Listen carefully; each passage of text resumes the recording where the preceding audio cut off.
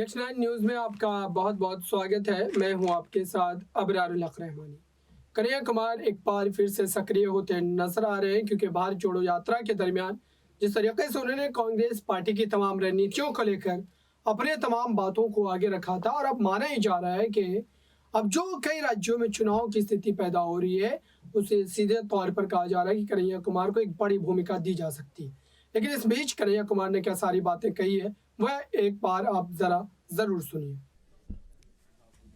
सबसे पहले तो मैं सभी पत्रकार साथियों का और जो सब लोग दर्शक इस प्रेस कॉन्फ्रेंस को देख रहे हैं, आप सबका हार्दिक स्वागत करता हूं। हमारी भारत जोड़ो यात्रा दिल्ली के दरवाजे पर दस्तक दे रही है और आप सब लोग इसमें शामिल हैं। मैं आप सब लोगों का शुक्रिया अदा करता हूं, और विशेष रूप से जो हमारे हरियाणा प्रदेश के अध्यक्ष जी हैं, सीएलपी हैं और बाकी सारे जो लीडर यहाँ मौजूद हैं, उनका बहुत बहुत धन्यवाद। क्योंकि वाकई जयराम जी ने कहा कि बहुत ऑर्गेनाइज्ड प्रेस कॉन्फ्रेंस है, सारे लोग मौजूद हैं, प्रभारी हैं, सारे लोकल एमएलए हैं यहाँ पे, तो आपका बहुत बहुत धन्यवाद। और हम खास तौर पे भारत जोड़ो यात्रा को लेकर के सरकार का और भाजपा का क्या रवैया रहा है, उस पर बात करेंगे। मैं सबसे पहले आपको ये कहना चाहता हूं कि आप सब लोगों ने देखा है शुरू से ही, जब से इस यात्रा का अनाउंसमेंट हुआ है, जब से इस यात्रा की घोषणा हुई है, खास करके भाजपा ने इस यात्रा पर चौतरफा हमला करना शुरू कर दिया। इसके अलग अलग बिंदु हैं। सबसे पहला हमला ये बोल करके किया गया कि भारत तो जुड़ा हुआ है, क्या जोड़ने के लिए निकले हैं। भारत जो है दुनिया की सबसे बड़ी अर्थव्यवस्था बन चुका है। मोदी जी के नेतृत्व में हम लोग जो है दोबारा विश्व गुरु बन चुके हैं। भारत लगातार जो है विकास कर रहा है। तो ऐसी कौन सी जरूरत आन पड़ी है कि आपको भारत जोड़ने की जरूरत है। आप लोगों ने यह सवाल कहीं ना कहीं सुना होगा, देखा होगा, आपके व्हाट्सएप पे आया होगा, आपने जो है अपने टीवी चैनल पे जो है बीजेपी जब बोलती है इसको तो इसको चलाया होगा। और चर्चाओं में भी भाजपा के लोग बार बार ये बोलना शुरू किए कि भारत तो जुड़ा हुआ है, तो क्या जोड़ने के लिए निकले हैं, इसकी जरूरत क्या है। तो मैं एक काउंटर सवाल आज उनका जो ये हमला था उसका करना चाहता हूं कि भारत जब जुड़ा हुआ है और भारत जोड़ो यात्रा की कोई प्रासंगिकता ही नहीं है आपके नजर में, तो आप इसकी चर्चा क्यों कर रहे हैं। हेल्थ मिनिस्टर इतना इंपॉर्टेंट पोस्ट होता है, उनको क्या जरूरत है इंक बर्बाद करने की, पेपर बर्बाद करने की, भारत जोड़ो यात्रा को लेकर के लेटर लिखने की। जिसकी जरूरत ही नहीं है उनके नजर में, उसकी चर्चा वो क्यों कर रहे हैं। पहला प्रश्न उनसे पूछा जाना चाहिए। हम ये समझते हैं कि देश जुड़ा हुआ है जमीनी तौर पर, भौगोलिक तौर पर, देश जुड़ा रहे भावनात्मक तौर पर भी, क्योंकि देश हमेशा देश के लोगों से बनता है। लोगों को हटा करके कोई देश नहीं होता है। देश के लिए लोग भी जरूरी होते हैं, जमीन भी जरूरी होती है, और देश की संप्रभुता, उसकी आजादी भी जरूरी होती है।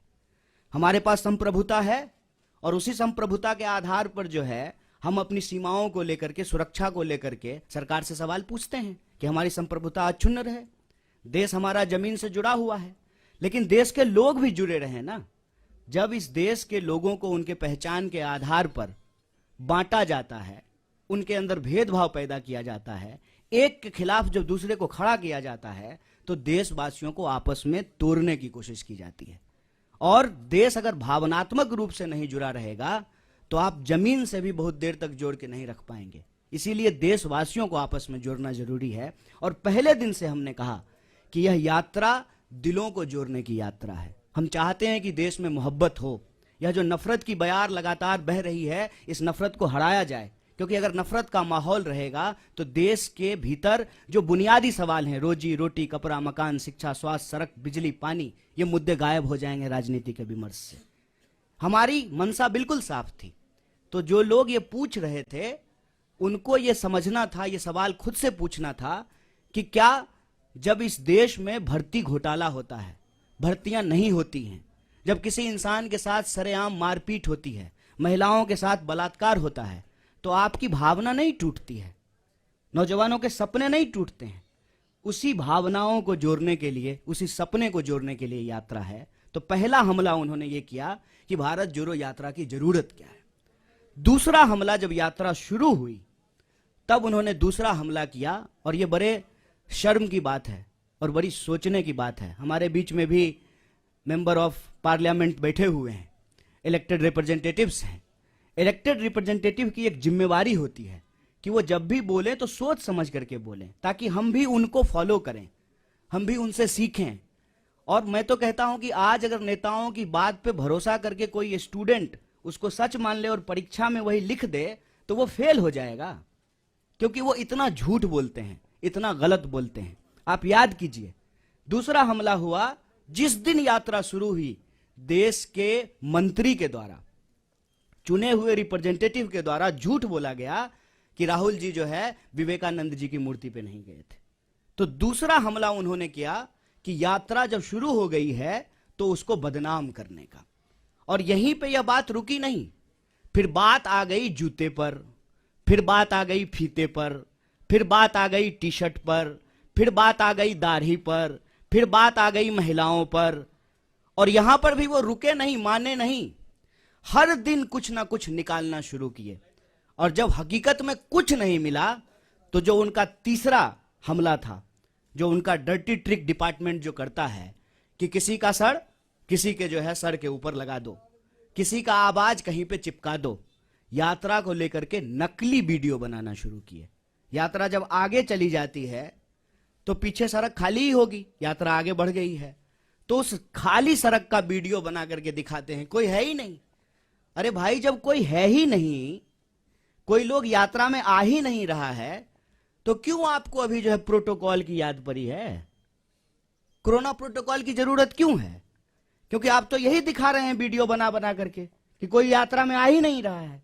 जब कोई यात्रा में आ ही नहीं रहा है तो क्या पेड़ को मास्क पहना दें कि सड़क जो है लपेट करके कंधे पर रख दें राहुल जी के कि नहीं नहीं आप आगे बढ़ गए हैं, सड़क को पीछे कैसे छोड़ दिए हैं, इसको भी लपेट करके कंधे पर ले जाइए। वीडियो, नकली वीडियो, कभी जो है तबलीगी जमात तो कभी कुछ नकली वीडियो बना रहे हैं, जबकि याद। तो आपने देखा कन्हैया कुमार के बातों में और उनके अंदाज में साफ झलक रहा है कि कांग्रेस पार्टी पूरी तरीके से जो है नई रणनीति के साथ 2024 में उतरने जा रही है। और जो हिंदी बेल्ट के कई इलाके हैं, कई प्रदेश हैं, वहां पर पार्टी की मजबूती के लिए लगातार काम किया जा रहा है। तो देखते हैं कांग्रेस पार्टी की वापसी किस तरीके से देखने को मिलती है। इस खास रिपोर्ट में बस इतना ही। देखते रहिए ताज़ा तरीन खबरों के लिए नेक्स्ट 9 न्यूज़ को। धन्यवाद।